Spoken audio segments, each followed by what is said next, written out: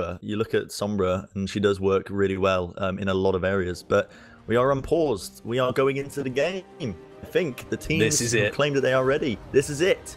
Or is it the Sideshow Gaming cast the curse? Every event he touches just dies and withers. This is not true. This is not true at all. But no, we are going to be going live.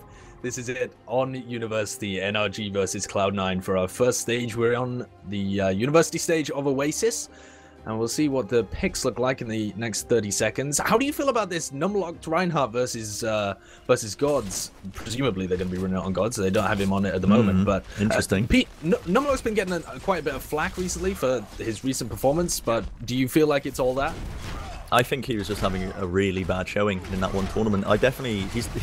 People have blown it completely out of proportion. He's definitely not as bad as a player as people are making out. I was reading the Reddit comments, which is always a mistake, and they were literally like crucifying the guy in the comments, calling him trash, absolutely everything. But I think it was just one bad showing, and he has had decent performances in the past. So we will see as we are diving into the University section of Oasis. NRG versus Cloud9. As you can see, it's going to be the close-knit corridors being contested by NRG. It's a big wraparound currently taking place, and Cloud9 actually opting for the triple DPS sort of divey composition, utilizing that high ground well. Neither team looking to engage just yet, just playing around their strengths on the map. The point has been unlocked, and now we may start to see a bit of slow contention coming out. Numlock's moving his shield forward here and there. I think they're just really waiting on Ube's hook condition if they can find a kill, but it's going to be IDDQD is going to be the first to fall here. Sure for collecting that one for his team, and they are going to get the cap as well. Numlock could not contest it. NRG forced into the back corner here. Pulse Bomb comes out from the side of Zephyr. Again, that ultimate builds up so quickly. You can just spam them out all day long.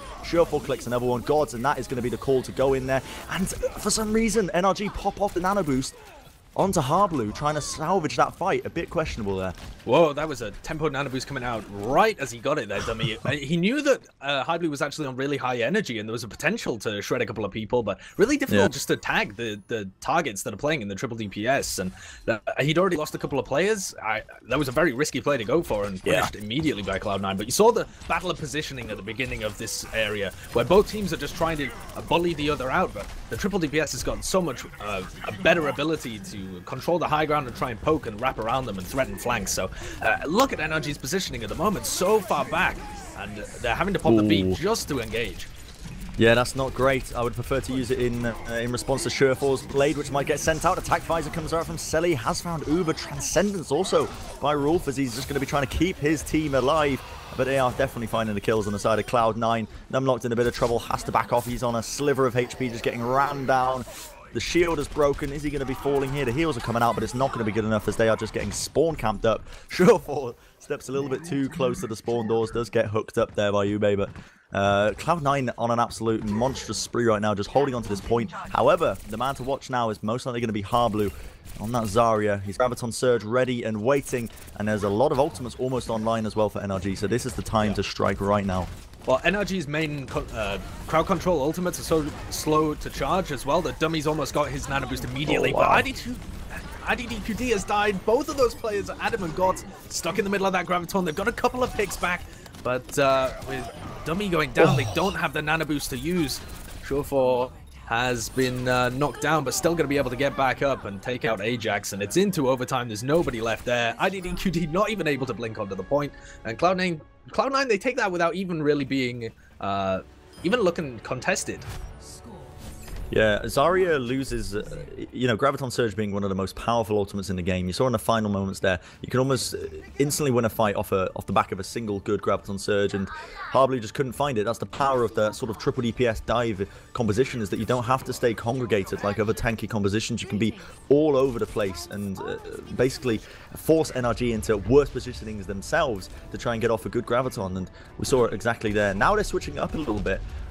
Just in this sort of pre-game before the doors open, we're seeing very similar compositions. In fact, I think it is mirroring each other with the Divas, the Pharahs, and the Mercies, bringing out the Tracers as well. And of course, Lucio with that. Recent changes made to Lucio have made him much more viable to run without an Ana, because the heals he provides now are absolutely insane.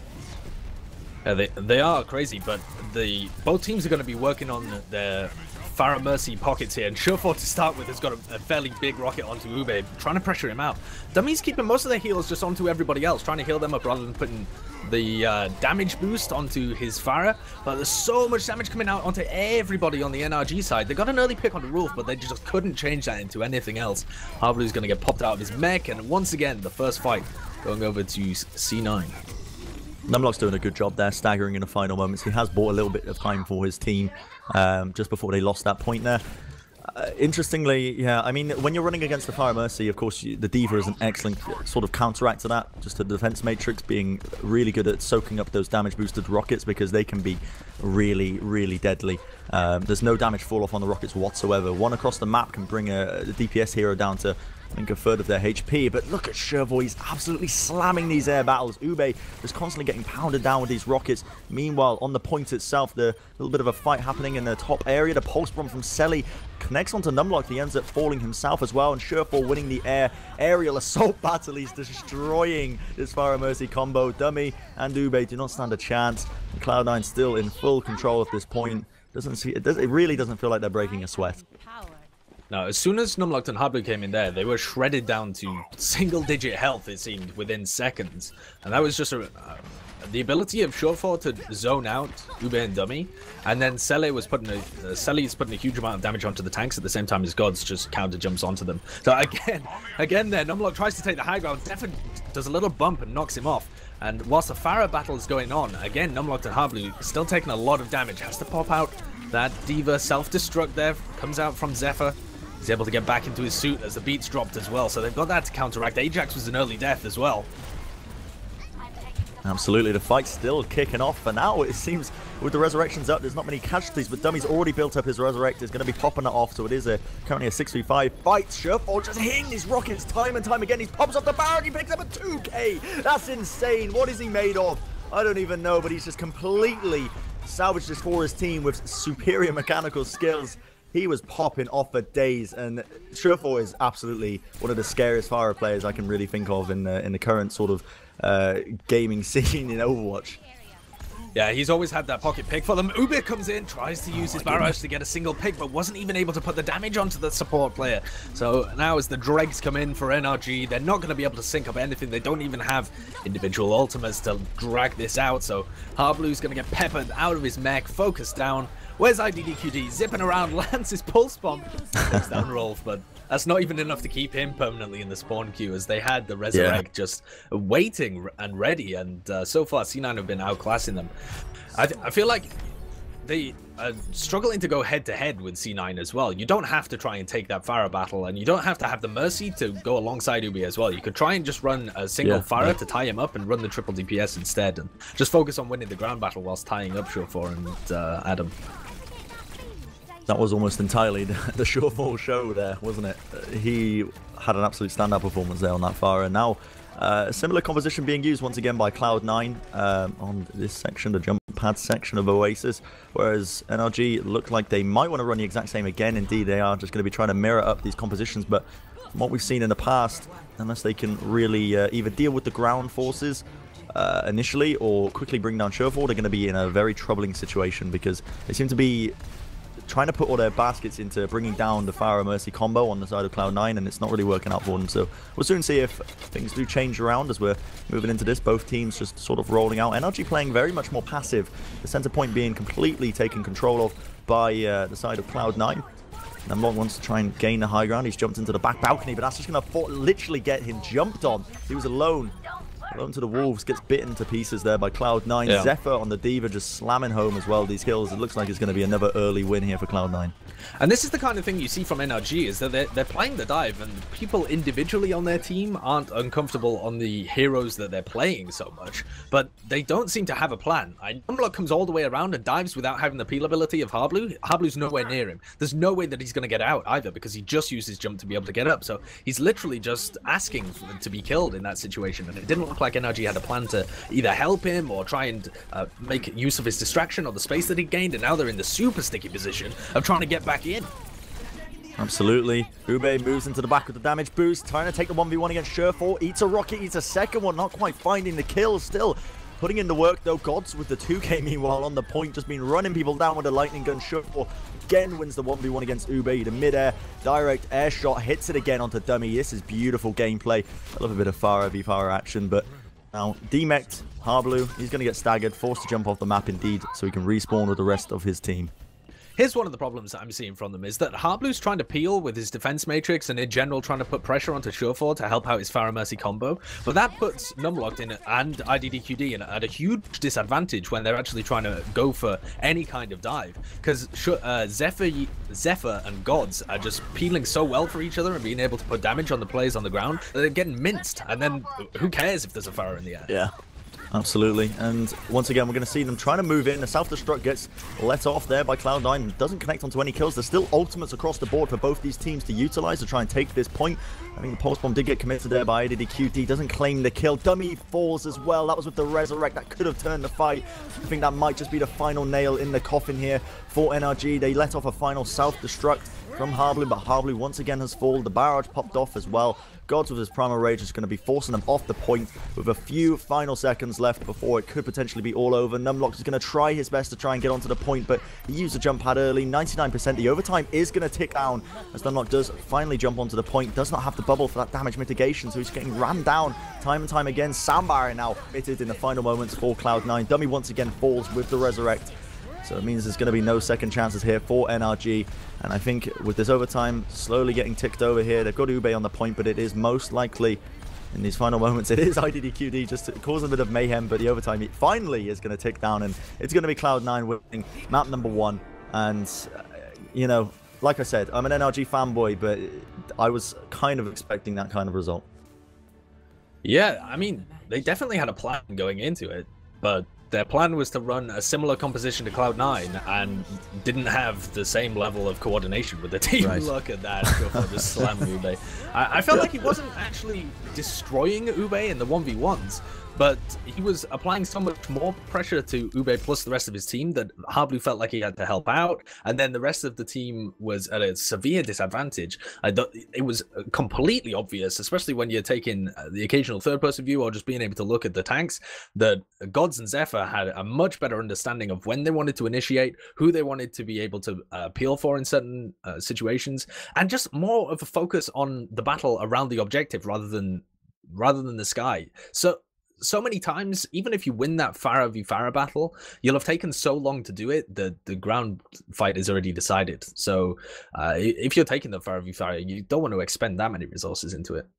Yeah, they were running a similar composition as if they could match them, you know, man to man in terms of mechanical skill, which they definitely can because they've got the players for it on NRG. But like when you don't have the same coordination as Cloud9, you're just going to be setting yourself up for defeat, which we did just see. But the next map we're going to be going into, of course, is going to be Numbani. Now, Numbani, again, it's another map that Cloud9 are probably going to be not favorites on, but going to be expected to do especially well.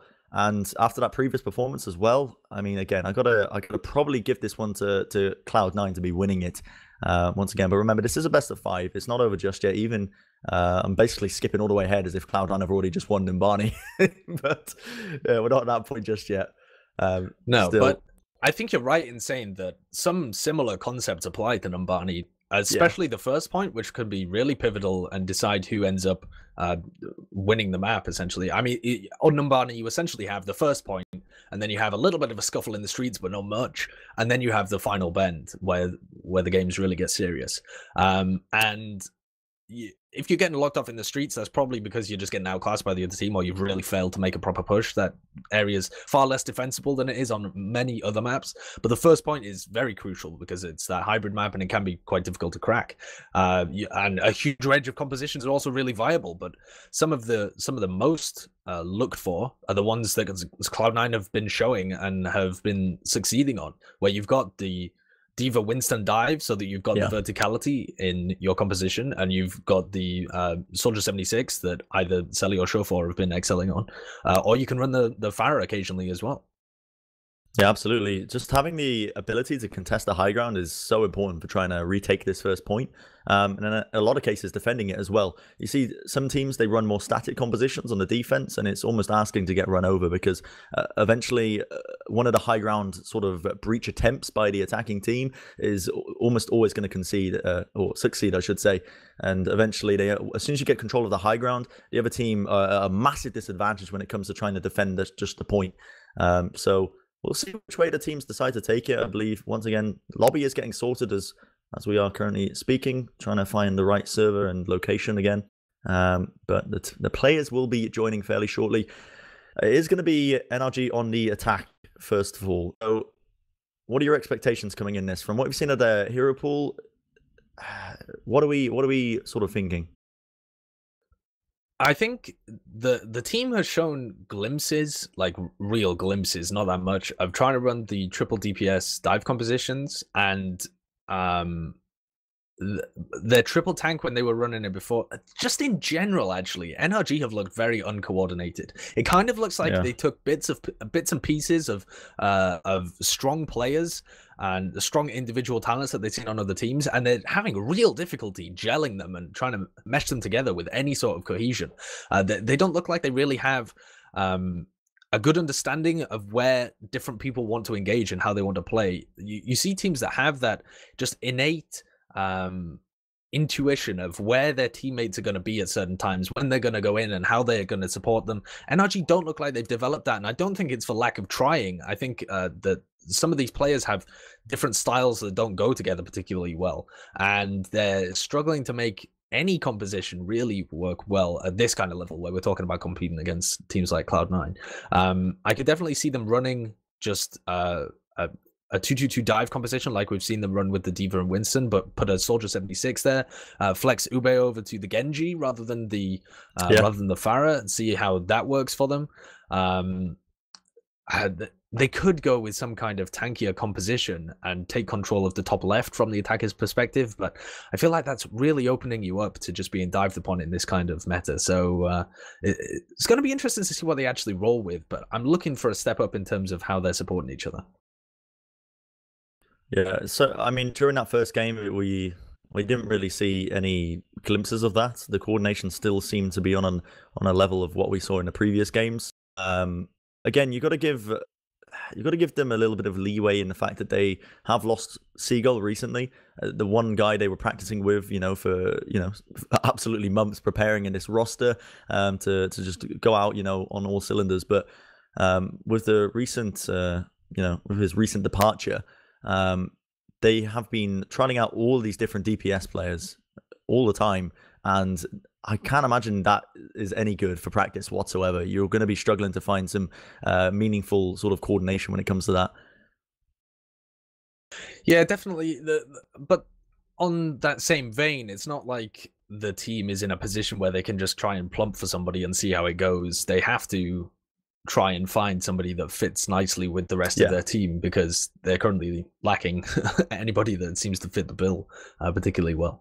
And they originally looked like they were trialing players that fit more of a flexible role. People like Mendokasai, they have a little bit similar styles to Seagull in that they tend to like some of the more off-meta heroes.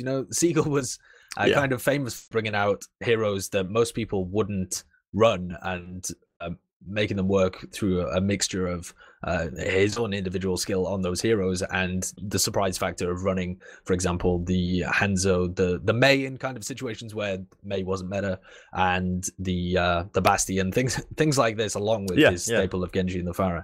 And Mendokasai kind of fills that gap. Ultima Web fills kind of the Pharah and the Genji, and he was good on that role, and he's also got the flexibility across other people. Ube fills kind of the similar role, where they've got the Pharah, the Genji.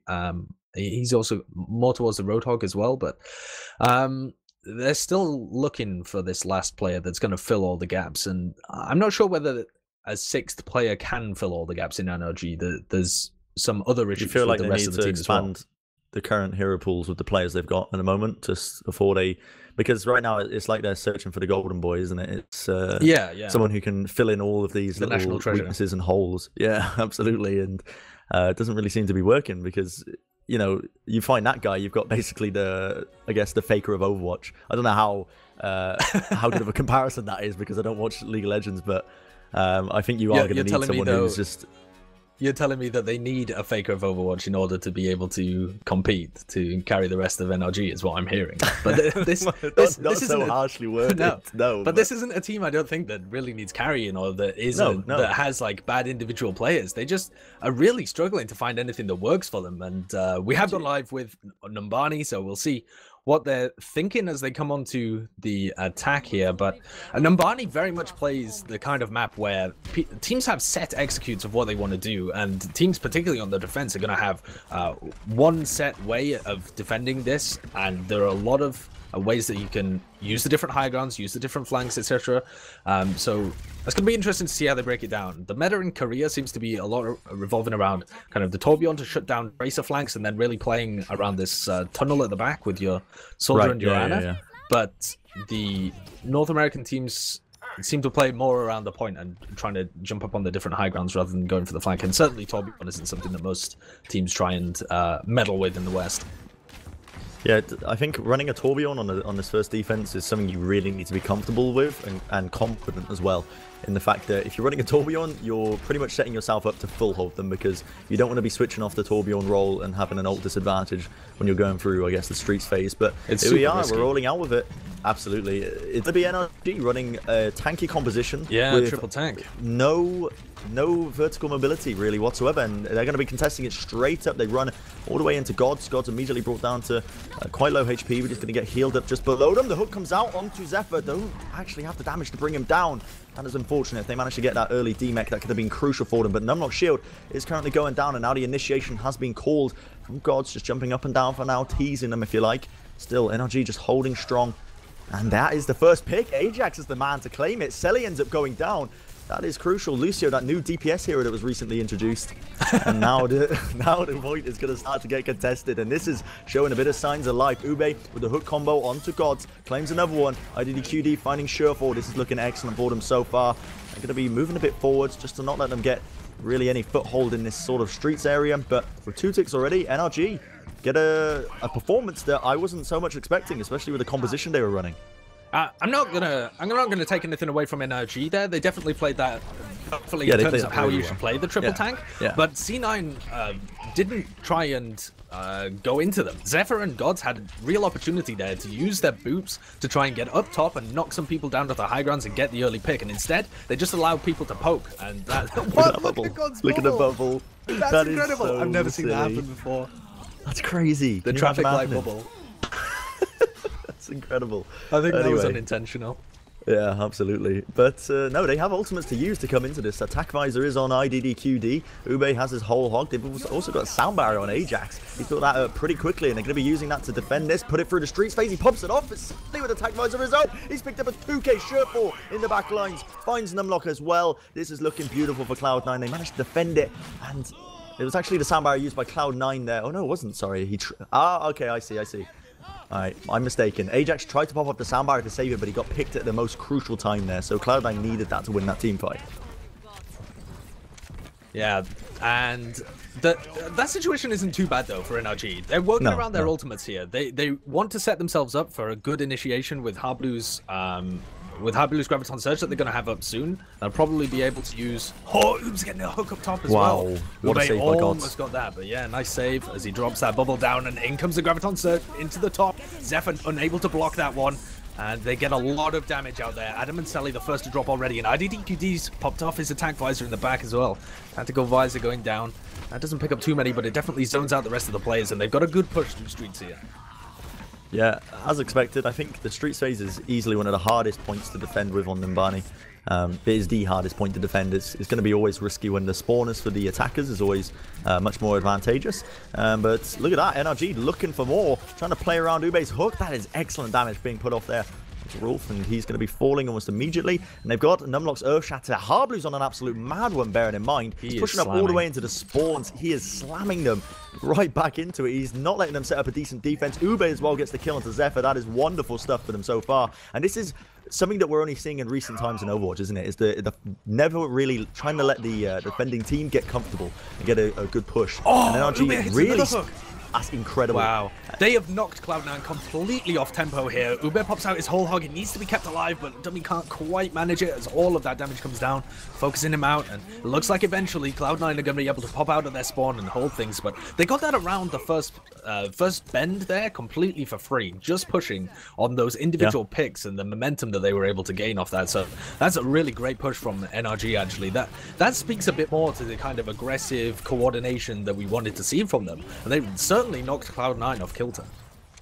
I actually think that was a Cloud9 just not showing respect to the picking potential of NRG at all during that first point. I think they didn't really expect to get spawn camp. They were moving out of their own spawn, not getting a good reset with the defense. But now the initiation comes in. God's just trying to hold on to the high ground. He gets bio-grenaded up, has to pop his bubble. He is still healthy, leaps away as well, so he's going to be able to get those heals. But still, picks on either side. In fact, Numlock is very, very weak. He does have that Earth Shatter to work with, though. And look at this. The post-bomb connects. Numlock's so weak. The bio-grenade forced to be used on him to heal him back up. Bubble comes down. Does not connect. God's with an excellent... Oh, my goodness. That was insane. He drops the shield at the exact right moment.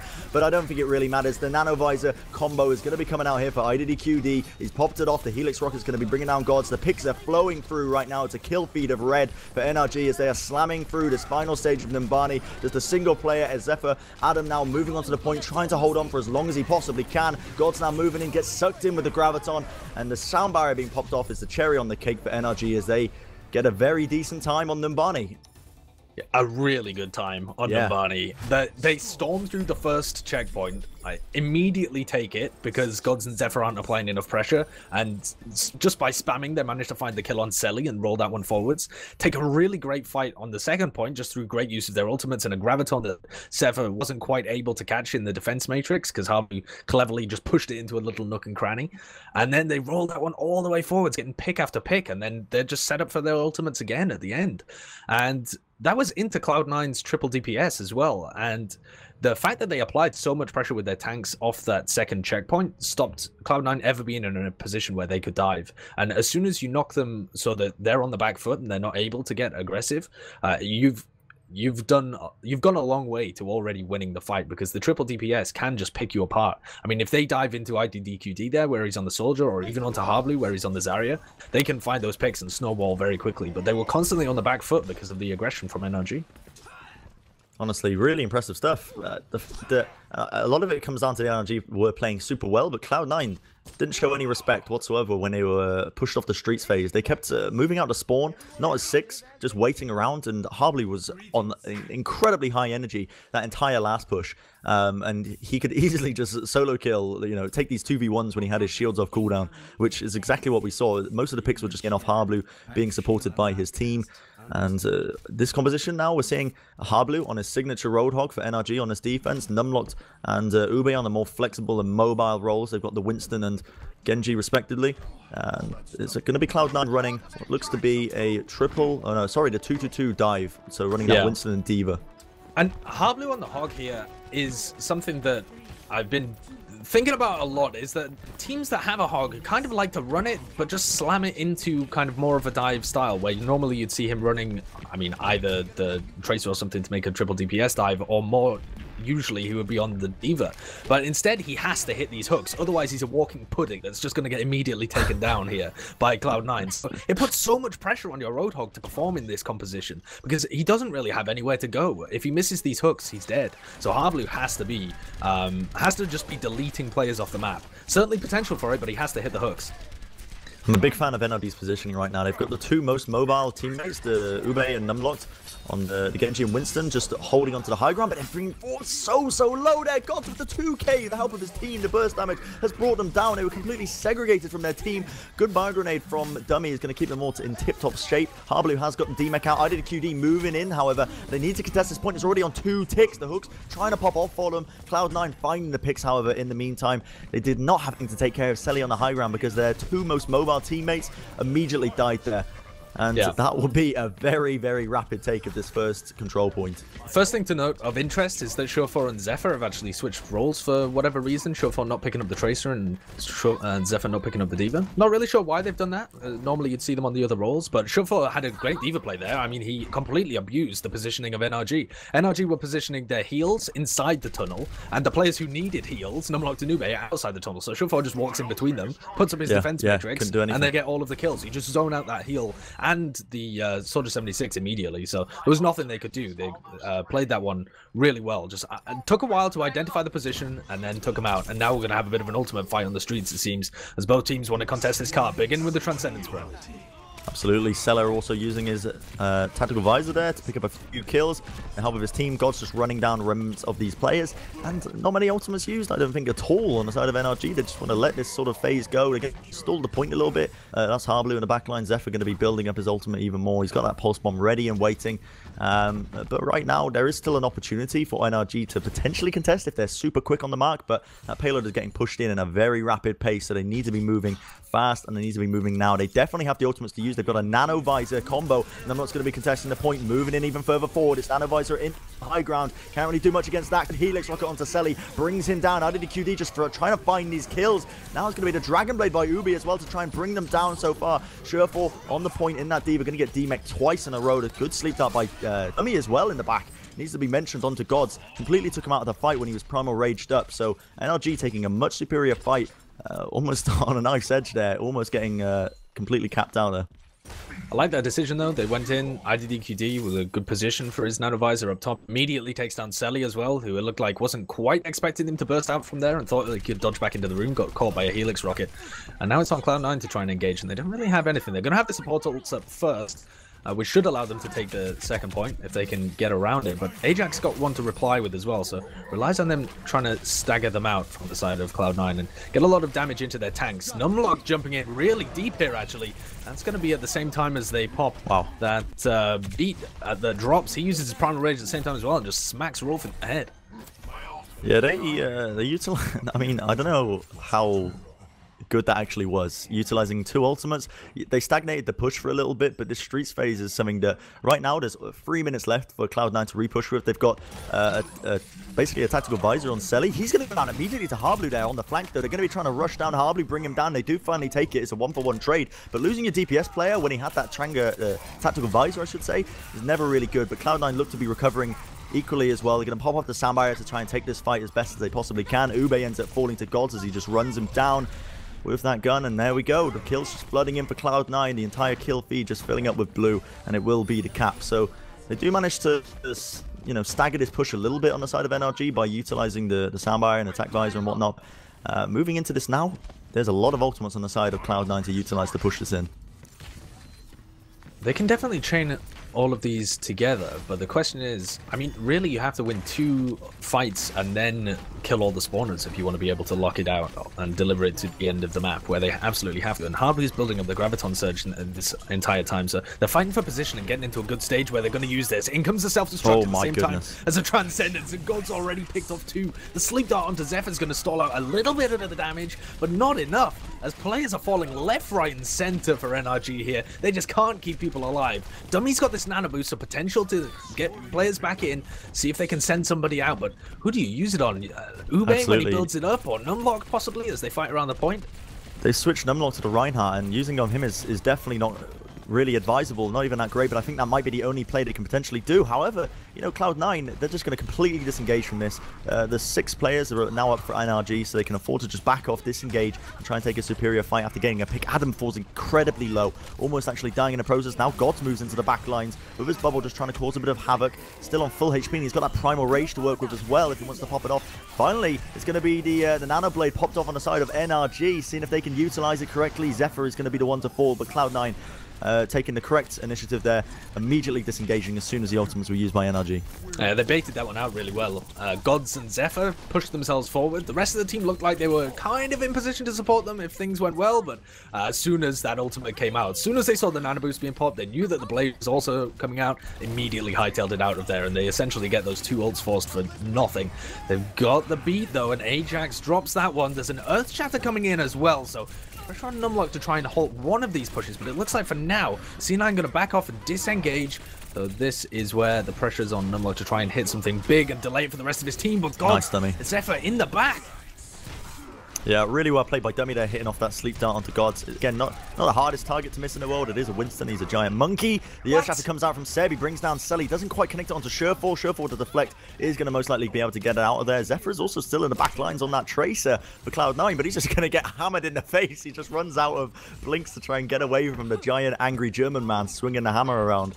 I don't think he needed to use that Earth Shatter there, though, Numlocked. I think he could have saved it for a fight a little later on. It doesn't matter that much because they still have some good ultimates to defend with, and there's only a minute left on the board. But it's going to make things much more equal, and Hardblue has to hit off something really good here. Against the Graviton, that is meaty.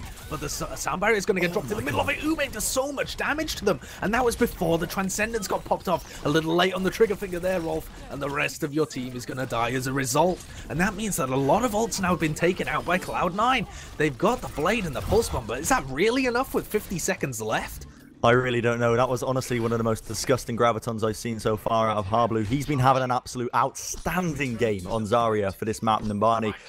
Really just a paramount, getting the picks, hitting off that one big Graviton was exactly what they needed off the back of Numlock's Earth Shatter there. And now Cloud9, you know, feeling the pressure a little bit, looking for this top-end push right now. Gods is most likely going to be leading the charge once again. He's searching around for now. He leaps in straight into, not just yet, but he's still waiting around with bomb. He comes out. Zephyr collects with the post bomb. Shuffle with the burst damage. They brought down Numlock. He pops up the Dragon Blade. He's collected 2.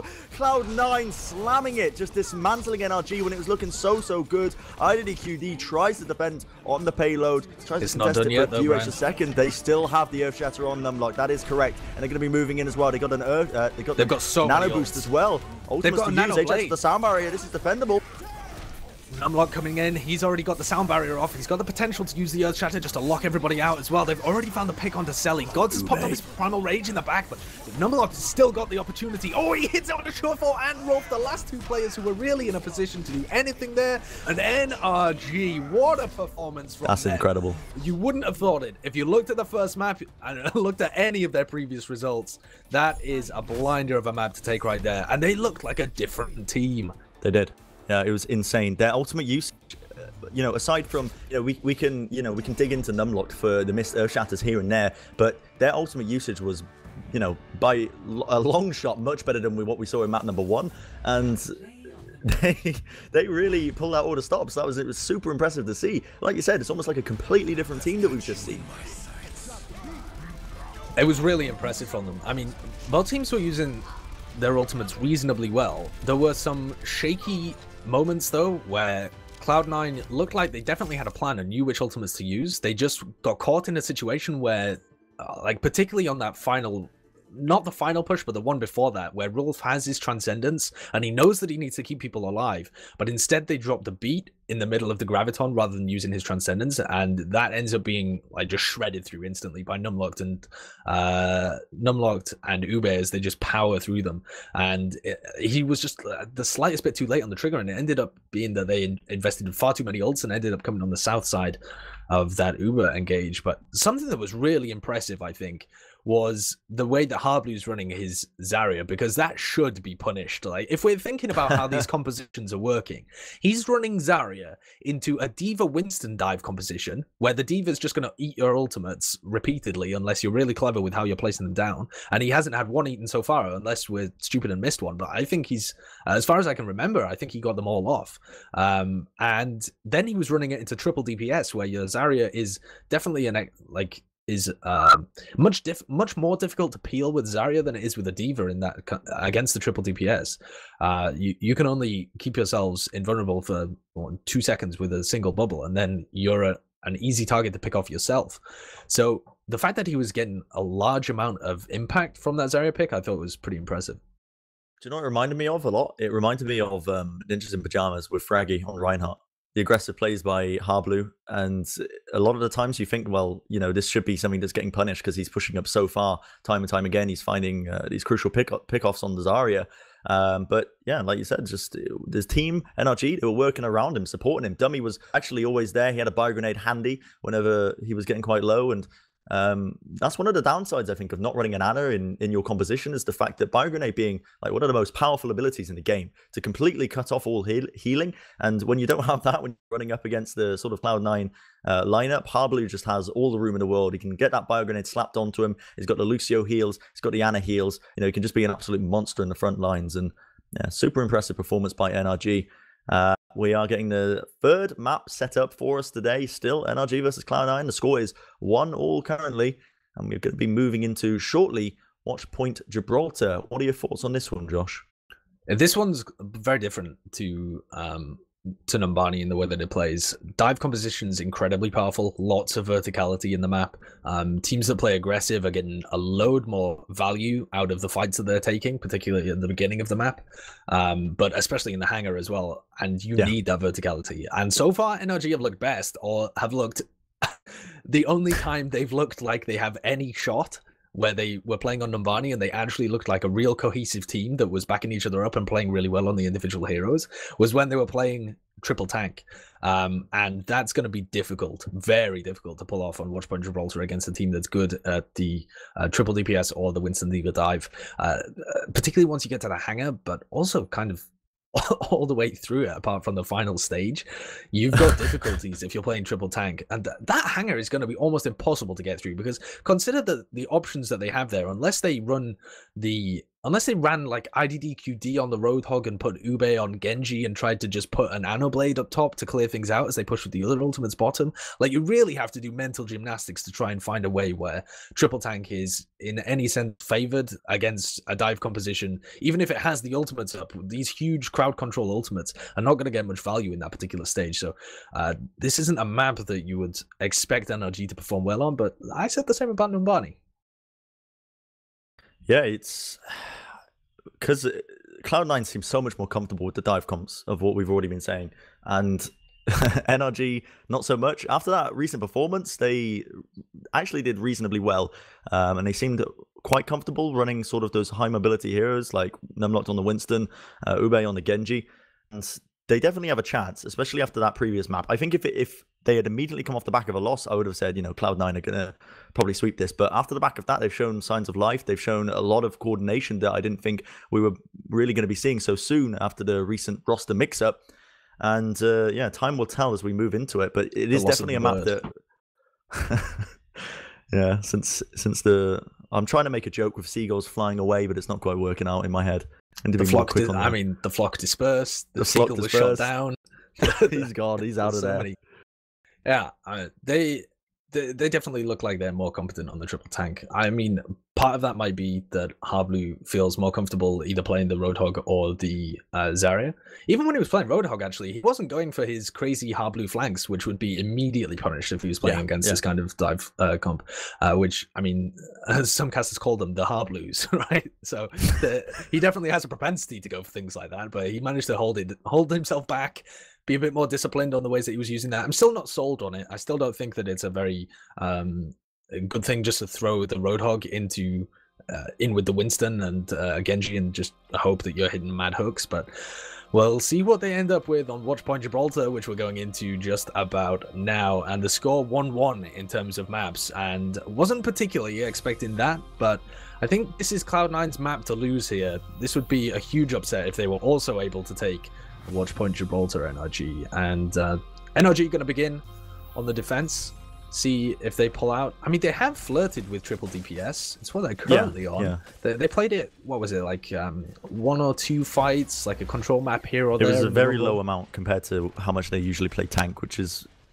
you know, it is most likely going to be showing in their results, because every time they ran sort of the triple DPS and things in the past, it was shut down quite easily by other teams who were running similar compositions. So, you know, as we said, time will tell if they can successfully run this. They're running on the defense. It's you mentioned as well, Watchpoint Gibraltar sort of favors teams that play a lot more aggressive on the defense, especially.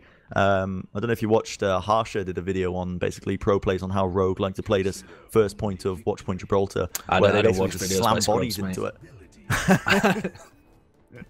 Yeah, Yeah, I did. Yeah, and I've watched Rogue play many times as well, and Selfless, and these teams that take it aggressive, and it's you need the coordination to be able to do it. People tried to play the same kind of style back in beta, but they just didn't understand. Like they didn't have the same teamwork and synergy to be able to pull it off. So it definitely comes down to that. They're looking like they don't want to take a fight immediately out of the door, but Numlock's positioning suggests as soon as this spaceship comes around the corner, they're going to be instantly onto it, and they are. Absolutely, trying to put the damage in almost straight off the bat. God's forced to back off. Surefour on the Widowmaker. I don't think they were expecting that too much. Brings down Harblue. Body shot. He's going to be the man to watch as he picks up a second one onto Ube. Incredible stuff so far. Finding the frags there. Oh my goodness. A dirty headshot onto Ajax as well. This is looking pretty good so far for Cloud9. They clean up everyone at the exact same time. Still opportunity for NRG to contest this, no doubt about it, but they need something to deal with this Surefour Widow because he has a complete free reign currently of a lot of sidelines. And it's so effective against triple DPS as well because you're playing against a ton of really low health targets and you can take them out. I mean, we've seen the Korean teams try and play it with a Pocket Mercy as well to give you the damage boost. He doesn't have that kind of backup now, but he hasn't needed it so far. He's been destroying them. Oh, gets jumped just now. Going to be able to get out towards the server room. Harblue having a bit of difficulty contesting him as well, and Ube's going to take quite a bit of damage, immediately picked off. And they're just using Surefour as bait at the moment as well. Oh, he picks another one onto Ajax. I mean, this Widow is a very good counter to triple DPS, and you have to have a good, solid dive onto them, or run the D.Va instead of the triple DPS to have a good shot. But so far, Cloud9 is just rolling through them. You noticed that NRG tried to basically focus down Surefour, but as you mentioned, they were just using him as bait. As soon as Numlock had jumped in, Surefour was already grapple hooked away, and they just couldn't touch him whatsoever. And I think they tried to jump IDDQD into the back as well, or Harblue, I should say, on the Tracer. They're moving in now with a few ultimates to use. Pulse Bomb gets committed, doesn't actually connect, but they're finding the kills. NRG getting a decent defense so far. The Helix Rockets of IDDQD putting in the work against Rolf as well. So this will be a decent defense on this the hangar phase, and now running a composition I kind of favor. Widowmaker is still actually really strong in this section, but just because of the sightlines being so far and wide. But as long as they keep good control on the top left and just basically don't let anyone get picked off accidentally, it looks like that's exactly what they're doing. God's is going to try and initiate onto the hangar in the upper area, but at the exact same time, Numlock makes his move into the top left, and Ube brings down Selly. So Surefour's still waiting in his top right, but he's just completely oblivious to Ajax running him down with the new Lucio DPS character. I'm going to make that joke several times this cast. You can't stop me. It really is a big change to the Lucio, but I think possibly someone else who should make a big change is Surefour at this point, because they need to be in a position where they're either trying to push the payload just at the bottom and focusing on baiting NRG to drop down onto them, or they need to be taking the fight up top. And Surefour so far has been under a bit too much pressure that he hasn't been able to hit the shots that he was at the beginning. So he's going to be sticking on it for now, but ultimates exchange, both sound barriers being popped out. IDDQD coming out with attack visor. See if he can get value out of that one as they're slowly moving forwards and getting a couple of picks. Those are going to be crucial, actually, because now NRG are investing ultimates as well. Yeah, Dummy popping off his own tranquility a little bit too late into that fight for my liking. Numlock's is going to try and stall it out for as long as he possibly can with his Primal Rage. Puts in the work. Ube finds Rolf, but the kill's just flooding in for Cloud9 right now. Surefour's still on the Widowmaker, and he is putting in a decent amount of suppression. They can't really show too much in the way of line of sight. IDQD with one last ditch effort to try and contest that point. It's not going to be working out for them, and that is actually... It's going to be risky because, yeah, look at that NRG. They forced to just jump off the edge of the cliff because the spawners were split up from that. So really well played by Cloud9, managed to take that. And the Widowmaker is still so powerful here. Actually, Surefour's got into the perfect spot. They're gonna be so it's gonna be so difficult for them to get just anybody out. They've transitioned Numlock over to the Reinhardt because they know that Surefour's gonna be here, and they need a way of pressuring forwards. Like they need some safe zone to get behind. Ooh. Whoa, Dummy winning the sniper 1v1. This grandma's got something to say about the young blood. Yeah, they pick up the kills. Numlock with the fire stroke as well onto Rolf. IDDQD leads it in. It's gonna be Zephyr just falling to the bullets right now, and still Cloud9, they're just holding around the corner right now, waiting for the respawns. You know, NRG need to be, a little bit careful as to not get accidentally picked off. They're holding super aggressively around this corner, which they can afford to do so, but they don't have ultimates used, and Cloud9 definitely do. They've got Zephyr with the pulse bomb, pops it off, doesn't quite connect, but the burst damage with the swift strike from Surefour isn't enough to bring down Dummy. They find the kill almost with ease. Surefour with the second one. He's searching for more on Harblue in the tunnels, and he does indeed get it. So he was on an absolute mad one that entire engagement. Showfall switched back to Genji because he wasn't going to be able to get onto the high ground above stairs easily. They would have to win the fight first, but delivers on Genji. I mean, he's almost built up his blade in that single fight. He's on 80%, and they've now got Selly in that huge high ground position. This is so dangerous for NRG. They're getting stuffed inside the spawn. Yeah. They can't do a thing here. Ube switched on to the Winston to see if he can relieve some pressure. Ajax dies while he's got the sound barrier up. This is going to be it for Cloud9. They hammer that one home with 3 minutes left on the clock. I think that's something that we kind of expected. NRG aren't comfortable on a triple DPS. They definitely got completely shut down by Shurfall's Widow. He was having basically free pickings of all those DPS characters. 200 HP targets, just an instant kill, and he didn't even have the Mercy basically pocketing him with the damage boost to really secure the kills. He was just doing it all on his own, and Cloud9 playing especially well around that one Widowmaker pick. So played to them, managing to take that first round, but it's not over just yet. NRG, they have a chance at least on the attack to see if they can turn things around, and well, will be interesting. I think we're probably going to see a very similar composition from Cloud9 in terms of the defense, but this game, from what we saw of NRG, I imagine it's probably going to be similar, but you know, they are just much more dominant and much more comfortable on this dive triple DPS, sort of almost even 2-2-2, which they're running here with the Shurfall on the Diva and Gods on the Winston. So, you know, I'm hoping that NRG can try and turn it around, but I think that Cloud9, they're feeling very confident moving into this. Certainly should be. With 3 minutes left on the clock, they've given themselves a massive just pocket to work with as well. They can dip into that time bank whenever they like. They've got a huge cushion of time. And Adam's currently on the Hanzo, presumably just going to launch. Is this the They're just going to check Arrow the compositions? Yeah, just checking the compositions, and then all the way back to the spawn. He's going to switch back onto the Lucio to get us to the fairly regular Diva dive composition, but with the Soldier 76 instead of a Genji going on, because they want to make use of this high ground that they've got. And for the rest of NRG, I mean, they can definitely try a Widowmaker of their own and see if you get some early picks. I feel like it's very low risk, high reward running a Widowmaker at the beginning, and IDDQD is going to start on that. Harblu also running Roadhog, so they're going for a very pick-heavy beginning. They want to get a couple of picks and just instantly like steamroll this one forwards. Use the momentum from a couple of early picks just to make sure that nobody can really contest. That is what it's going to take, but Cloud9's positioning right now is showing no signs of letting him get hooked whatsoever. Gods is pretty far forward, but he's just holding in the casual position. Harblu lets out a hook, but he gets slept out up, and that is the cue to try and move off it. Numlock tries to jump in to defend him off, but he's falling so low. Has to back off in the end. The heals are going to be coming his way slowly but surely, and still Cloud9 holding on to this first checkpoint dearly, not losing any picks just yet. Ube moves in with the Swift Strike, tries to put in the damage to bring down at least one member of Cloud9. The hook combo comes out by Harblu, but great defense matrix by Shurfall ensures that he's not going to be able to find that kill, and he will end up falling again. And that's really the danger of running, you know, this Roadhog into Diva, especially with the recent changes she's had to the defense matrix. And Cloud9 can just afford to play this aggressively right now, just holding all the way almost into their spawn doors. They've got players for days running around into the back line. Zephyr's on the Tracer, just, you know, just trying to find the kills, nice. But that is a dirty shot by IDDQD. Headshot straight to the cranium of a little British girl. Zephyr did not stand a chance. Yeah, he knew that the cooldowns were off, and he'd already taken a pick onto Rolf as well. He's not getting tons of picks, but he's got two really crucial ones so far. So that's had to force the position back really far from Cloud9. So they're looking to re-engage from this one.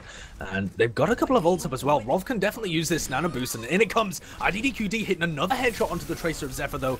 And this nano boost is really not getting that much done from Selly. He wasn't able to build up his visor in time.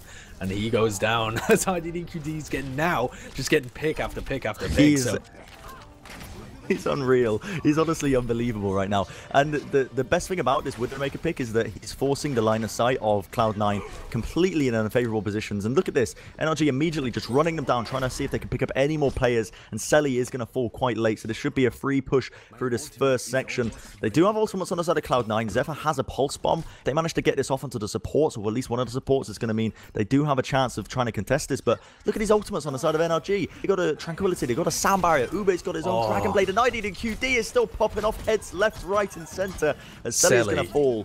Selly has died 3 times in about 30 seconds here, not counting his spawn time. Oh, it's IDDQD! That was a nasty flick shot as well onto Rolf. Oh my god. IDDQD is popping off at the moment and really just opening up so many avenues for his team.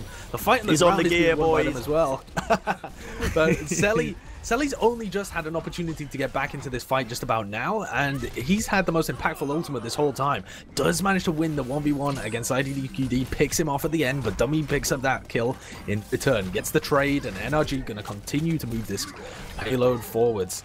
And towards the end of the hangar, they're going to have the Primal Rage to work with, but nothing else really of note. They're going to know where people are coming from because they'll have the infrastructure, but it's not a particularly impactful ultimate. So definitely potential for some kind of retake if Cloud9 want to take this aggressively and put Selly on the high ground. There we go. Numlock moves in with a Primal Rage. He fell very low. Harblue picks up a kill. Adding 2D onto Adam as well. This is looking very, very good so far for NRG. Lock played that especially well, just locking in the DPS into that lower left-hand corner. However, the pulse bomb combo onto Harblue will bring him down, but they still have nothing to take care of IDDQD. He's causing so much mayhem. They can't afford to peek these angles when he's popping off shots like this for days. Still contesting the point. Gods' bubble is going to be good at putting in a little bit of damage mitigation, but Ajax just slamming home the damage with those new Lucio buffs that he's received. Ube as well. Melee strike brings down Adam once again, and this will be NRG capping up this hangar phase, and they are playing actually astoundingly well. IDDQD is sort of this presence that Cloud9 don't really know how to contest. It's sort of like what we saw before in the previous round. It's kind of interesting that they chose to move away from the D.Va composition and instead run the triple DPS, but they're not playing it super aggressive. They're losing players in the fights and they're having to recontest through choke points, and NRG are playing aggressively. And it kind of feels like they're unable to find the individual picks onto IDDQD or Harblue, who should be their targets to go aggressive onto. Gods and Showfor immediately picking up the kill onto IDDQD. Dummy also falling there. So that's how you counter this kind of composition, is that your aggressive diving forces have to go in and get those early picks. And then the rest of your team is kind of on their own to follow up. Harblue's got a couple of good kills so far, actually, despite just walking around on his own on Roadhog. But Cloud9 staying in control of this one. And now it's on NRG to use their ultimates and break through this. Dummy's not running the Ana, so they can't sync this together for a Nano Blade. But Ube can still use his Naked Dragon Blade and see if he can sync it with either of the support ultimates to stay alive. They need to bring down Rolf to really stand a chance here, because a good Transcendence right now is going to really do a number on them when you're not running an Ana. And here they go, moving in. The sound barriers get committed. Rolf pops off the Transcendence, tries to basically keep these players alive. Dummy ends up falling before he can pop his own Transcendence. Showfor with the Dragon Blade collects one. The Swift Strike going to be bringing down Numlocked as well.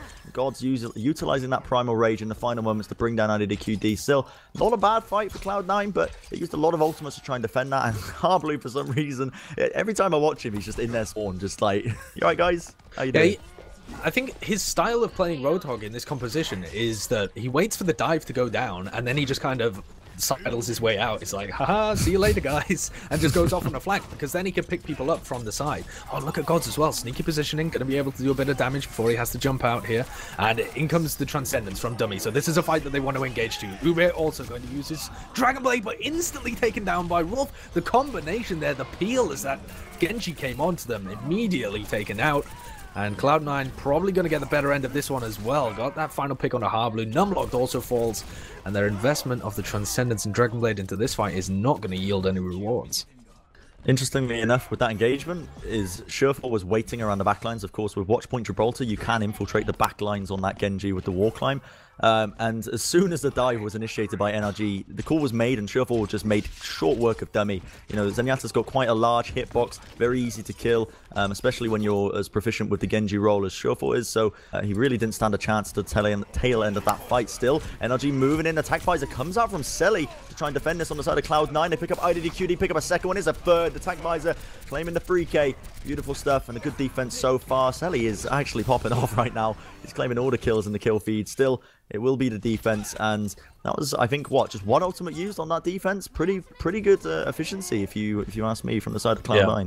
They knew that neither of the support ultimates were up, and if you can't focus down Selly immediately, you're going to die, because they have such low health targets.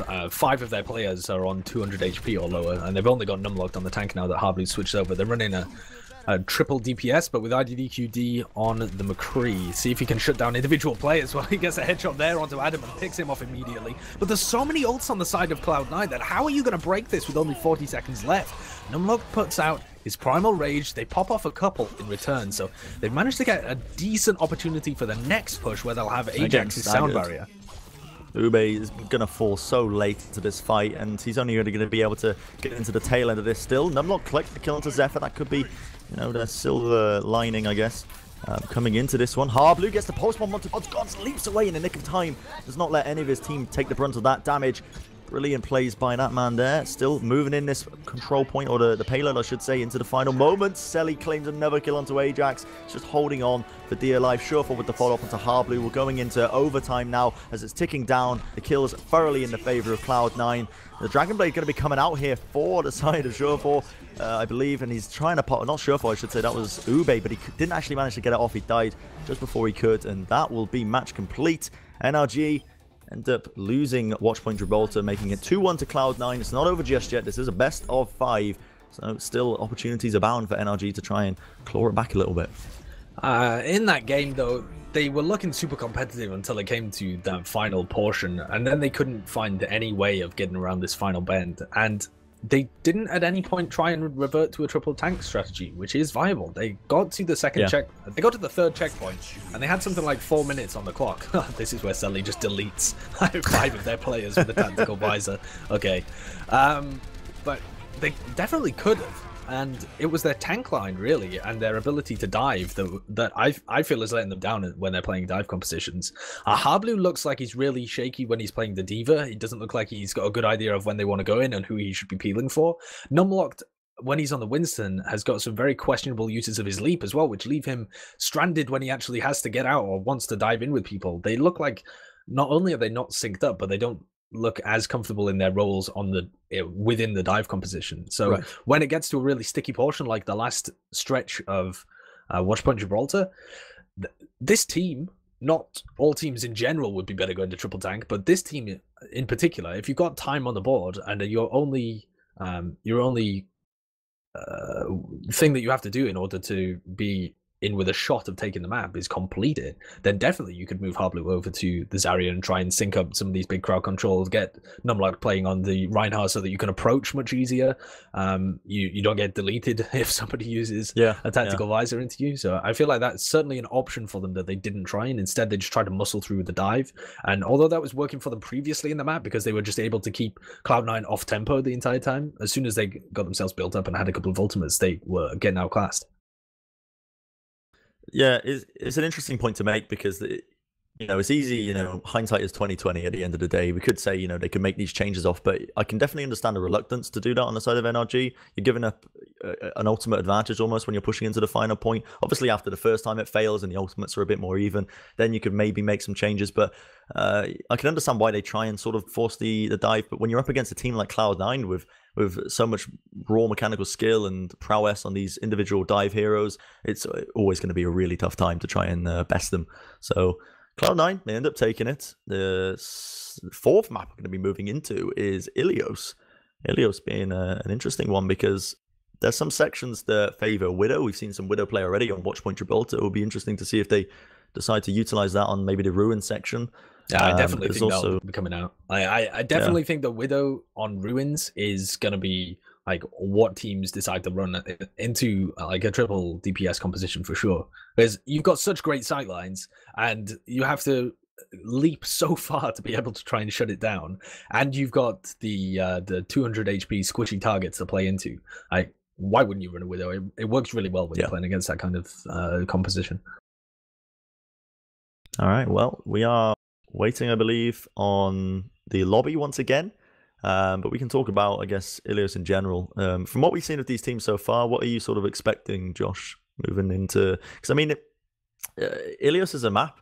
It doesn't scream to me like a tanky sort of map. I guess you could run triple tank with reasonable success, but it can be quite tough as well when you're up against a good dive composition. So what are your feelings now that we've seen a few games by these two teams?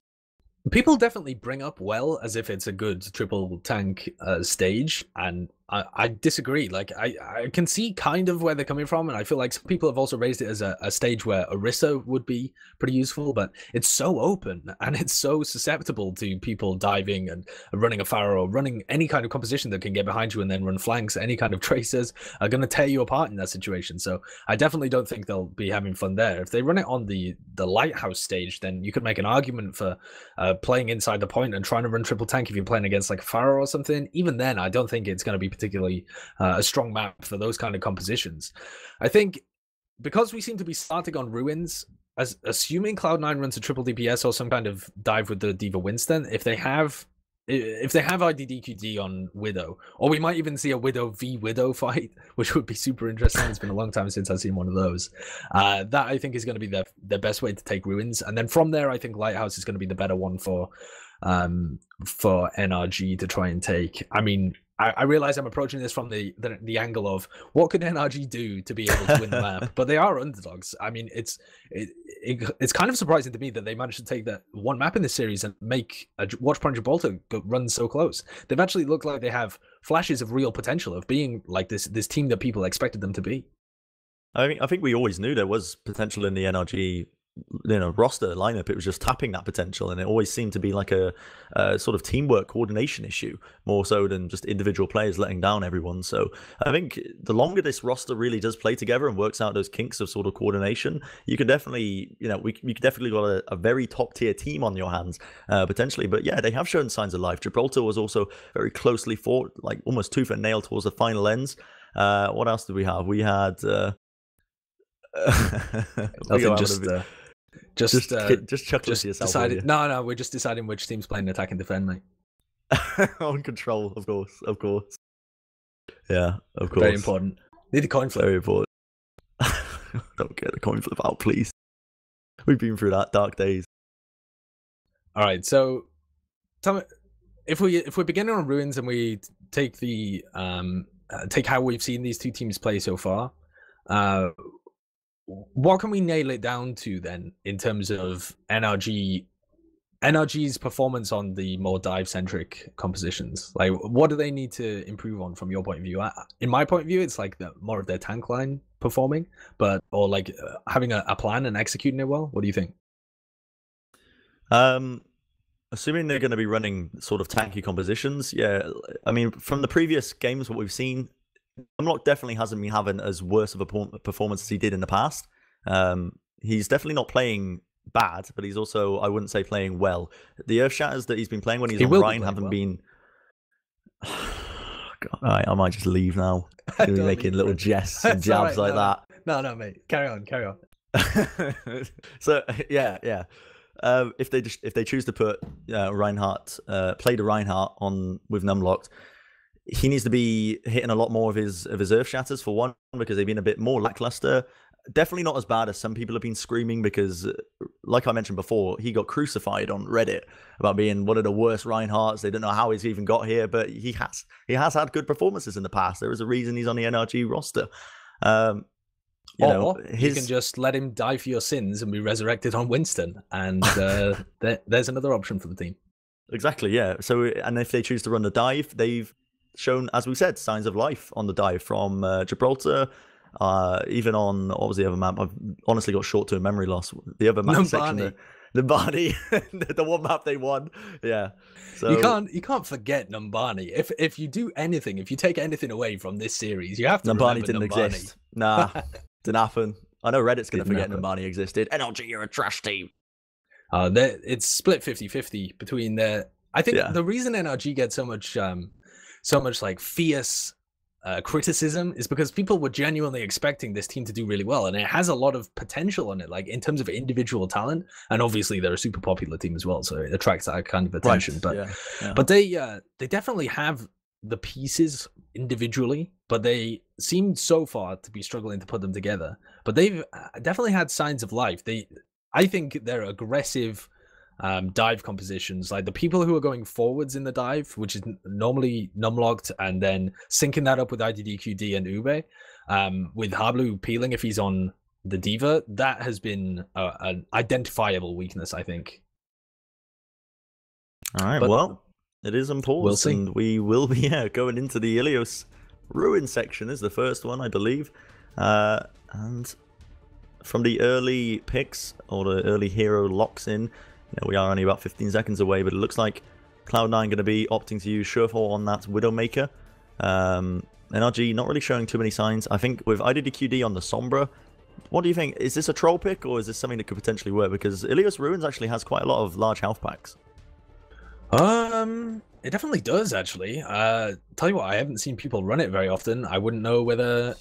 you get your EMP up so quickly, but at the same time, if they're running it with this exact composition that they've got locked in, they don't have 2 tanks to try and get the most out of building the EMP. Like, if you run it at the same time as... If he was running it and they weren't running triple DPS, and instead they had, like, Harblu running the D.Va, then I think you would get more value out of it. But for the moment, given there's only 3 seconds left, it could be something that they end up running with. They've called a pause, actually. So maybe IDDQD timed out whilst he was trolling his Sombra, and instead they wanted to run him on the Widow. But it looks like Shorefor's thinking of doing the Widow as well. So we'll see what's happening with these two teams. Looks like it's a voice communication issue from NRG. Right. Their servers dropped out or something that they were using to communicate. So we'll be getting into the game pretty shortly here. But from the look of it, it looks like both teams are going to be running divey compositions either way and seeing how it works. Now, let's just theorize a little bit about the Sombra, whether or not I wanted to do this, see if we're getting trolled. The Koreans have definitely been running it a lot. The Chinese teams have been running it on the control points more often than the Korean teams have. But the Chinese teams have kind of been running Sombra for a long time, and just whether it works or not, they just want to. Seem like they want to play it. So I don't know whether there's been that like too much thought put into that, but definitely the way that some of the Korean teams are running it now, we're seeing a bit more of how you could arrange a team around Sombra. Absolutely. I mean, on paper, all of her skills seem incredibly powerful. The hacking ability, the ability to just completely cut off health packs from the enemy team, and at the same time build up one of the strongest ultimates in the game, being EMP, is almost insane on paper. But teams have always seemed a bit more reluctant to pick her because of her damage output being quite low. But when you're running a composition sort of like this, what you see, I guess when you're running it alongside a very much divey composition, when you're running Tracer, Genji, a Winston, utilizing only just 1 tank and triple DPS, it can work because you're sacked for absolute damage for days. And she does have a lot of mobility. She fits in with dive quite nicely. You can relocate in and out. You can go in vis. You got a lot of movement speed to boot. So yeah, I think she has her place, especially on paper, in theory. And it's getting to that point in Overwatch where, you remember when Anna came out, teams weren't, they didn't really want to use her too much. She received a few buffs and then it really just exploded out the park. It's not so much like that with Sombra, but it's definitely getting to the point now where she's finally being recognized as a definitely viable on maps that are very health pack heavy, or even against certain compositions. Yeah, for sure. The difference is that you really have to build your team around her, and she has this massive explosive ultimate of the EMP that is almost a one fight unless the enemy team is playing around it really well. Like, if you either have to tank the EMP and have one of your supports miles away who then runs in and is able to save the rest of your team, and then you're able to use the rest of your ultimates, or you have to try and bait it out in some manner. So we are getting live back into the game. It looks like NRG sorted out the communication issues and they are not running the Sombra. Instead, IDDQD switching over to the Widowmaker. So we've got a Widow v Widow instead. Who on earth do we watch here? I think I'm going to take the POV of IDDQD and see what happens with him. I don't blame you at all. He was absolutely hitting heads in the previous game. We'll see if he can work his magic even further now into this. And the initiation call has been made. Numlock wants to make the moves, just holding for now. Putting in a few shots into Surefall. Surefall goes down to about half HP there to the side of IDDQD. It's going to be a battle of playing these line of sights. Surefall brings down Harblu, but IDDQD brings down Sully. It's the Widowmakers bringing down both the players, both the Tracer players on either side. IDDQD finding another kill onto Gods himself. Searching for that kill now onto Surefall, but he ends up winning the Widow v Widow duel, and Cloud9 just swinging the momentum all the way back around like a pendulum. Numlock tries his hardest to try and secure this point, but everyone's just absolutely getting obliterated by Rolf's Discord orbs. They aren't going to be able to slowly cap this and work it under their favor. Yeah, the difference here is that with the triple DPS attack coming over from NRG compared to the more even across the board, balanced composition of the 2-2-2 from Cloud9 is that they can't really afford not to go aggressive NRG. And as soon as they sit back and try and trade the poke a little bit, they're going to lose out because they don't have enough peel. So Numlocked is now diving in and they're really going aggressive to begin. Zephyr immediately taken out, didn't have the suit around him. Selly also picked there. So they've found some picks with the immediate force of their dive, and now they can return to the point and try and clean up a couple of other people. But this one's still not going to be easy, actually. Yeah. Oh, Surefour hitting bodies all over the place. Yeah, they're struggling to get past this Surefour Widowmaker, and IDDQD is winning the duels every now and then, but it definitely seems like he's not having as much impact as Surefour is on this one Widowmaker role. Still, ultimates across the board for both these teams. It's going to be that infrared vision being popped off now as well on the side of Cloud9. They found a utilizer Salmire as well to try and make the movements in. Transcendence being used by NRG. Dummy trying to keep the rest of his team alive with the heals. The self-destruct going to get used as well. Doesn't actually claim a kill. They do manage to avoid it narrowly, but when the self-destruct comes out, that forces people out of the hiding, out of the woodworks, and that gives an opening for Surefour. As you can see, he's picking up those kills. Finally, Ajax deals with the Widowmaker. He says, if my team can't do it, I'm going to do it instead. Just jumps up next to him, pops him in the head a few times, and with one little boop, he is finally going to be sent straight to the back of the respawn queue. But Cloud9 still in control at this point. Yeah, the triple DPS with the Widow, when you run it on other maps, it works so well because the triple DPS is buying so much space for the Widow. But you don't need space on Ilios Ruins. You already have all the space you need, so you can afford to run more tanks to give yourself a better fight for the rest of your team. And Cloud9 are using that massively to their favor. They're already up to 90%. This is the point where NRG have to get back into this. They got a couple of picks already, actually. IDDQD popping off shots. Going to be able to find gods there. Couple of people left. He needs to deal with Surefour. Surefour can just swing the entire tide of this fight if he gets a couple of crucial kills, particularly on Numlocked. If that single tank gets taken out, they're in real dire situation. Blue just got absolutely decimated there. Now they're trying to push forward. Again, this is the first camp that NRG actually have here. They're going to be moving in. Numlocked uses his Primal Rage to try and buy a bit of time for his team, but he's got, you know, that Discord Orb firmly planted on him, and he's going to get basically sent straight to the depths of Ilios Ruins almost immediately. Now the Primal Rage on the side of Gods going to be utilized to try and push them off the back of the point. He's right onto the tail of IDDQD. The point is also going to be contested here. Good pulse run by Harblue, does collect a kill onto Adam, but Cloud9 once again firmly in the driving seat with Surefour with the huge line of sight that he's got. They're going to be able to get this recap, and the overtime is going to tick down now. Numlocked tries a last-ditch attempt to leap into the fray to try and contest the point a little bit, but Surefour is just playing, what is it, the clay pigeon shooting, just hitting them left and right. Yeah, and you see him pop up in the air. That's the thing on Ruins as well, is that even if you're sat back and you don't have any height position, as soon as the tanks are jumping up into the air, you can just take pot shots at them, or anybody else who decides to pop up there. So that, although it was a decent try for NRG, and I definitely saw what they were working towards, like the composition worked out much better there for Cloud9, both off the back of Surefour's occasionally nutty headshots, and also the general peel that they were able to get off Zephyr rather than the triple DPS. But both of the teams shaking it up now, and both of them going for the Pharah Mercy. This is a popular composition that we've seen run well many times, but it's also the same compositions we saw mirrored on the Oasis Gardens, and that went firmly towards Cloud9. So NRG need to rethink their approach to this comp. Yeah, they need to work out the kinks that really let them down when they were playing on the Oasis. Numlocked moves in, does use his bubble pretty early now, so he doesn't have a lot of damage mitigation. He's fallen incredibly weak, just trying to find the kills. Surefour with his damage boosted, rockets in the sky, claims the kill onto Ube. Very up close and personal, finds Dummy as well. It's looking astoundingly well so far for Cloud9 as they're just claiming the kills time and time again. Numlocked is also going to be falling, and this point will be going their way as the final player does fall. IDDQD going to be going down to Selly. Oob got absolutely rocked there. He got destroyed by Surefour. I think it only took him 3 rockets, and then he immediately took down Dummy as well. But they're not making any shifts with this composition, sticking with it for now. Also not putting IDDQD on any other kind of hero that would be able to help out with that. See if Harblue ends up peeling for the Pharahs like we saw. Oh my god, that's just a direct hit straight onto IDDQD, who failed the movement. And now Cloud9, once they've got that position of the early pick, nice rocket coming out from Ube though, and he's going to keep his team alive. They might have just baited them in here.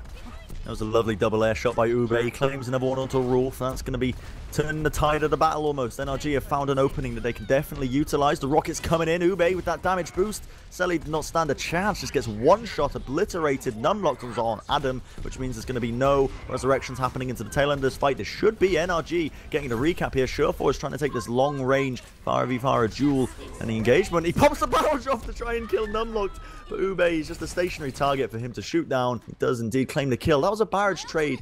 A bit unusual there. I'm not too sure why he actually went for that, but yeah, strange times ahead. And a lot of ultimates. It's going to be 6 up for NRG to make their moves now.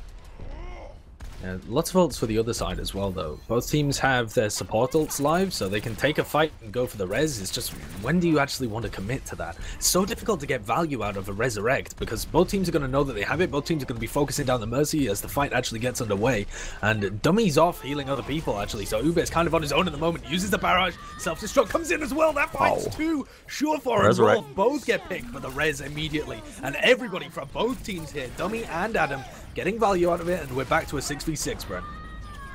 Wow, Ube ends up falling to the self-destruct of Zephyr, turning this fight around for them. Harbly, though, on the counter-attack, does bring down Selly, which means this is a fight that NRG are potentially winning. They have this one-man advantage. Currently, the post-bomb in the backlines from IDDQD brings down Gods, and Adam, the call will be made to reset as he just jumps straight down to his death in the center of Well. So NRG holding on, and they're actually gaining an advantage now in terms of the time available to them. Harblu brings down Rolf, but Numlocked, another post-bomb from Selly. I don't know what's up with this. NRG, I mean, yes, they're holding forward aggressively, and Cloud9 are trying to basically force them back.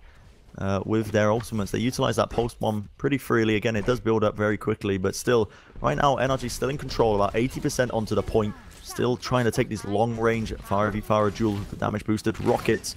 But Surefour doesn't seem to be having as comfortable of a time as he did on Oasis itself. No, certainly not. And Harblu isn't helping them as much in terms of applying pressure to the Fire Mercy, but they're still getting a fairly decent end of it. Having said that, Surefour just wins that one. Dummy also picked, so that's not going to be any Resurrect live for this one. That could be hugely pivotal. Numlock's got an opportunity to delay as we go into overtime, but for the moment, it looks like too many players down here, and NRG are going to have to concede the point at some stage here. Harblu, the last player left alive inside his mech, with IDDQD zipping around the point as well, but he's going to get picked. Oh, Dummy coming in for a fat resurrect. Wow. Numlocked and IDDQD back in the fight. Selly is still going ham on the low ground, but they've now got a couple of ultimates to delay with as a Primal Rage meets Primal Rage, and the barrage comes out. Ube finds a pick on the Gods, and they've already killed 4 now of Cloud9. Winnable. There's only Surefour left. Winnable for them. They brought down Adam before he could get the Resurrect off, but they need to make sure he can into this fight, and there you go. Surefour steps a little bit too far away from the point, and it's going to be NRG taking a round. That was an incredible team fight by NRG. They knew they needed to bring down Adam almost immediately, but the Resurrect was going to be coming in and ruining their day, and they focused on the priority targets. They knew exactly what they were going into with that fight, and here we are. We have it. It's 1-1 on Ilios. NRG fighting back, and yeah, I mean, I said it earlier, but Surefour wasn't really having as high as an impact as he once was on Oasis. And this is where we thought we might see NRG switch over to the triple tank. This, of all the stages of Ilios, is slightly better, and the teams looked more cohesive when they've been running it. Ube now, they were flirting with Ube on the Roadhog, and instead it looks like they'll be going with the Fire Mercy. The same on the other side, but a different composition overall, because they've got the 2-2-2 with Selly on the Soldier 76, so this is going to come down quite a bit, actually, to how much value IDDQD can get off, I think. They're going to be trying to focus down Numlocked in the backlines. The Bubble's going to be doing a decent amount of damage mitigation here for Cloud9. Still trying to contest the high ground on the balcony. Surefour with the damage boosted rockets. Ube's in a bit of a bad position. He's trying to avoid it, but he ends up going down once again to the Fire and Mercy combo of Cloud9. They claim a second one as Dummy is going to fall. And the third. Surefour just slamming it home with these rockets, having a whale of a time, and Cloud9 will be able to contest. The point is unlocked. They're going to start capping it up, and this will be theirs to take 100% of the way.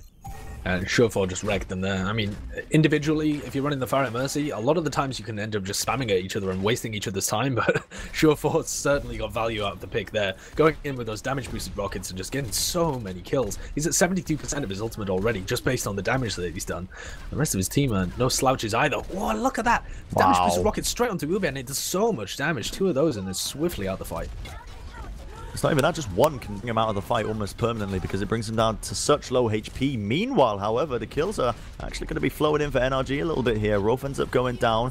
The Resurrect's going to be forced out by the side of Adam. Cloud9 want to be trying to take this superior team fight, but they're losing so many players there. Excellent post bomb by IDDQD does find Rolf, and the point is going to start to get contested a little bit here. Primal Rage going to be utilized here by Gods to try and move them back. Self-destruct as well from Harblue. Don't actually claim any kills from it still. The point going to be held on, and I think NRG have actually whiffed it a little bit. They've lost the opportunity that they once had. Dummy's now got the Resurrect advantage in that Adam used it in the middle of that fight, kind of a tempo res just to keep Rolf alive, give them the opportunity to use the sound barrier if they needed it at any point during the fight. They didn't. They managed to keep it just safe in their back pocket, but now Dummy's got a bit of an ace up his sleeve that if they go in and they try and dive and play really aggressively and have Numlocked and Harblue try and apply a lot of pressure, they can potentially get a lot of value out of this res. Harblue attempts to get damage onto the Pharah Mercy. Not going to be able to get anything there. Self-destruct comes in as well. And for now, both of these teams just fighting over position a little bit whilst Gods picks up players in the back line. And Dummy's forced to use his Resurrect.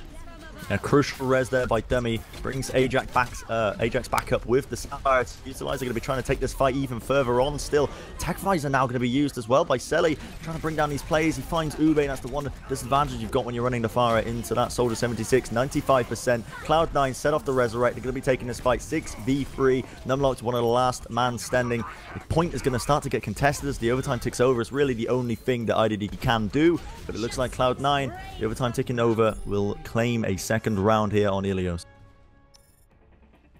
And they're going to go up. We'll see what stage we get to next. This is do or die territory now for NRG. They are already 2-1 down in terms of the overall series, having performed really well on Numbani and then pretty well on Watchpoint Gibraltar as well, but not enough to steal the map.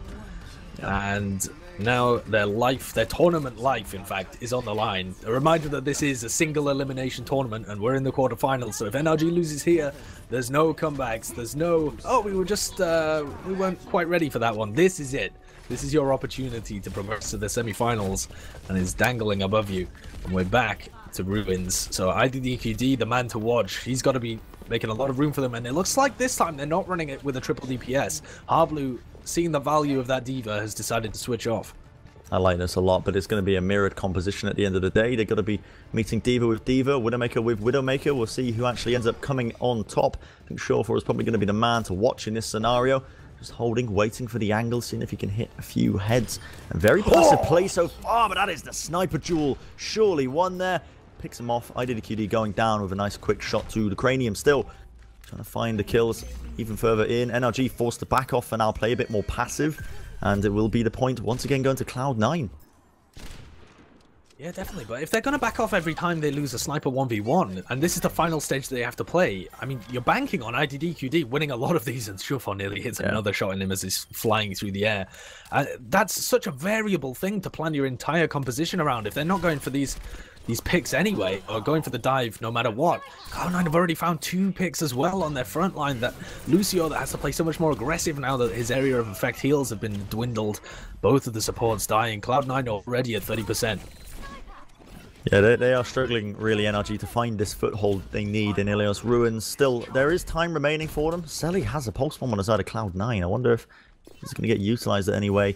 If they pop it onto the back of Dummy, that could put a spanner in the works because he's about 30% away from that Transcendence. I don't think he'll potentially get this in this fight, but it could be crucial for them still.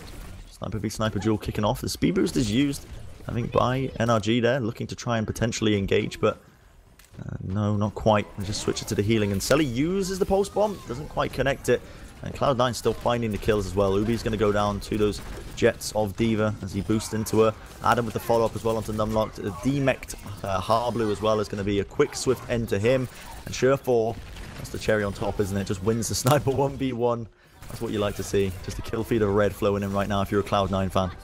I feel like IDDQD hasn't been able to get anything off. When they're playing on the defense, they're playing into Shawfor's sightlines, and IDDQD doesn't have it. Now he switches off, but it's at 80% already. Oh, they're going to have to find out. They have to win this fight. If they don't win this clash of ultimates here, there's no way they're getting back into this control point. It's 90% already in this do-or-die territory for NRG. They've got one last chance. They're moving in now. Num not realizes time is of the essence. He moves into the back. The infrared is used, so they have vision of absolutely everyone on the side of Cloud9. Selly finds the initial kill onto IDDQD, so he's going to be having minimal impact. Finally, the sound barrier used by Cloud9 as well, just to prolong this fight out. The overtime ticking over. They're going to be trying to find it if they possibly can. Not getting any kills with the self-destructs on either side. Just demeching and desuiting. Dummy wins the 1v1 against Rolf of all people. There's a Nyata Jewel kicking off all over the place here. Still finding the kills and the picks is 100% on the side of Cloud9. Selly's going they do mental. not have any ult. Selly is on an absolute mad one. He's running around the map like it's an absolute playground. And it's ooh, KUB. That was a 2K with the post bomb, but too little, too late. As it will be GG's. NRG going to be going out to Cloud9. NRG definitely put up a fight, I think, over that series, but definitely not an unexpected victory. But that will be, I think, now NRG, they're out. It's single elimination.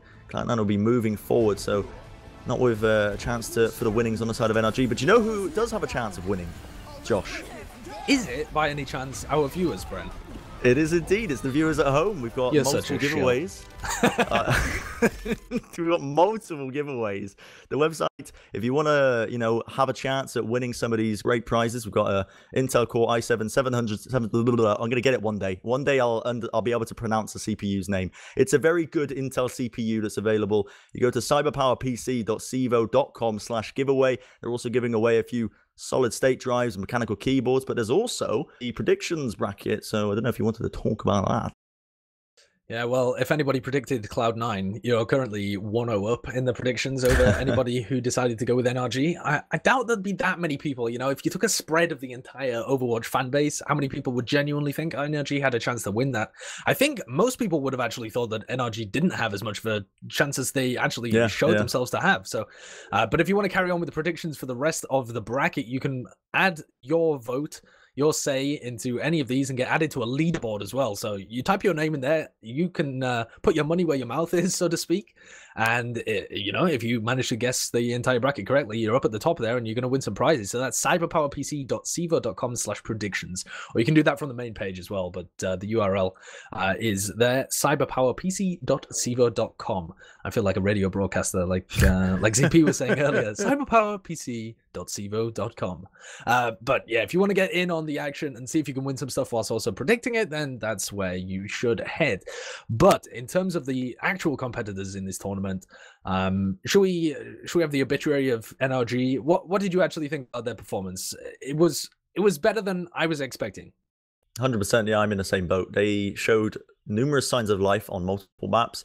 Even Gibraltar, a map that I wouldn't have considered them very strong on, they gave Cloud9 a good run for their money. Almost taken out from under them. They just sort of failed to really push out. They lost a lot of their steam in the final moments, but they had a hell of a run. They went up against one of the giants of NA currently, Cloud9, and although Cloud9 are being a team with 2 recent additions, you're expecting sort of, I guess, maybe not too many consistent results. They definitely played extremely well against them, and honestly, it's something that I was hoping to see, because I think one more tournament where NRG really didn't have too great of a showing. I know I'm saying this where they're going out in the first round, but it is single elimination. There's no like lower bracket for them to fight their way through. They definitely played well against a team like Cloud9. So signs of life, and I'm looking forward to watching them in the future for sure. Yeah, definitely. I think something to also consider, though, is that the maps where they were doing the best, I mean, they had fairly poor performances on the control maps, you got to say, on Oasis and Ilios. But the maps that they were doing the best on was when they were able to really just put the pedal to the metal, the balls to the wall aggression, and lock Cloud9 out. And they were kind of... Cloud9 looked like as soon as you threw them off tempo, they were underperforming a little bit compared to what you would expect from them. They were very good when they were set up. But when NRG were continuing to attack in the payload portions, like a streets phase of both Numbani and Gibraltar, and they're pushing it forwards and continually giving them no space to work with. Cloud9 looked a little bit off their rhythm, unable to stay together. Perhaps some kind of communication issues. I know that gets thrown around a lot just because they added the 2 Koreans in. I don't think it's actually based on anything, but that's always something to consider. But when they come up against better teams later on, like for example, Immortals or Luminosity Gaming Evil, these kind of teams, those teams play a lot of aggression, and that could be something that sets Cloud9 off their tempo and puts them with their backs against the wall a little bit, because they didn't seem too comfortable dealing with that, and that was one of the shining lights for NRG. Yeah, absolutely. I think a lot of that came down to the just Cloud9 not showing respect for NRG. They were treating them like they were the same old team from the previous tournaments, and they were honestly making quite sloppy mistakes with exiting the spawns, and that gave Harblu a massive opening on Nimbani. I don't know if you remember, he was getting picks all over the place in the final push. But yeah, really well done to Cloud9 to end up winning it, but NRG for having a great performance regardless of all that. We do have the brackets ready as well. We can take a quick gander at seeing where all the teams are currently standing. This was the first match of the day, so you guys haven't really missed much if you are only just tuning in for now. Still tons of games ahead of us. We've got, I think, 3 more games for today, 3 more series, and it's going to be a good one. I think the next one is Immortals versus CLG, is it? Yep. Yeah, that's the next game that we've got coming up, Immortals v CLG. That's going to be with myself and Bren as well. And then later on in the day, we've got LG Evil against Splice and FaZe Rise Nation. Although the other way around, I said them the wrong way around. It's going to be FaZe against Rise Nation first, and then LG Evil against Splice. But that is going to be with the tried and true, the classics, the voices of Overwatch, ZP and Hexagrams. So you don't want to miss those games. And they should also be pretty close as well. I feel like definitely the FaZe and Rise Nation, I don't think I can call a winner, but the LG and Splice game, there's potential for Splice to go and upset there, and the winner of that game will be going on against Cloud9. So that's how our bracket is going to shake out in the end. All right, well, that's the bracket. Stick around for more Overwatch, which we will soon be diving into. We're going to take a short and steady little break. It won't be too long, I promise you, but after that we're going to be diving straight into Immortals versus CLG. It's going to be a good one. Stay tuned.